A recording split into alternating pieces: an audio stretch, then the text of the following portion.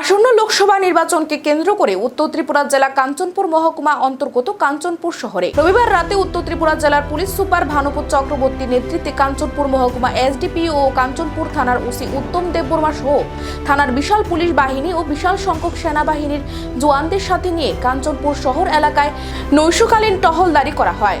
উত্তর ত্রিপুরা জেলার police super Bhanupat Chakraborty সাংবাদিকদের জানান যে লোকসভার ভোটকে সামনে রেখে সাধারণ জনগণ যাতে নির্বাচনে শান্তিপূর্ণভাবে ভোট দিতে পারেন এবং শান্তিপূর্ণভাবে থাকতে পারেন তার সাধারণ জনগণদের জানান দিতে এই টহলদারি। তৎসঙ্গে আরো বলেন যে সন্ত্রাস দমন ও অপরাধ মোকাবিলা করা হবে। আরো জানান যে পরবর্তী এই ধরনের রোড মার্চ, টহলদারি এবং নাকা চেকিং সহ বিভিন্ন পদক্ষেপ গ্রহণ করা হবে।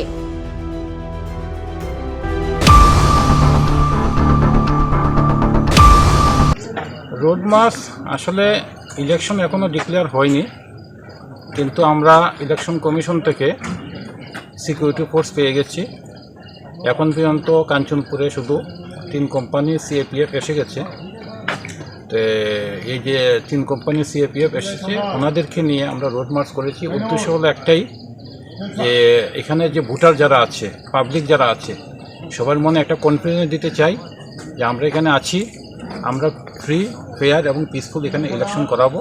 তো পাবলিক যেন আমাদেরকে সাহায্য করে। আরেকটা যেটা হবে, ফ্রি, ফেয়ার এবং পিসফুল ইলেকশন করানোর জন্য আমরা অনেকগুলি কাজ করবো। একটা হলো রোড মার্চ, আরও হবে এরিয়া ডোমিনেশন পেট্রোলিং হবে, নাকা চেকিং হবে, গাড়ি চেকিং হবে, হোটেল চেকিং হবে, এক্সট্রিমিস্টের এগেনস্ট অপারেশন হবে।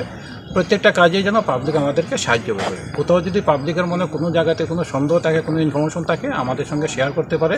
এখানে সিএপিএফের যারা কমান্ডাররা আছে, আজকে ফ্ল্যাগ মার্চে অংশগ্রহণ করেছিলেন, ওনারা আছেন, থানার ওসিরা আছে, এসডিপিও আছে। যে কোনো কারণ নলেজ নিলে আমরা সাথে সাথে আমরা অ্যাকশন দেবো। Thank you. ঠিক আছে।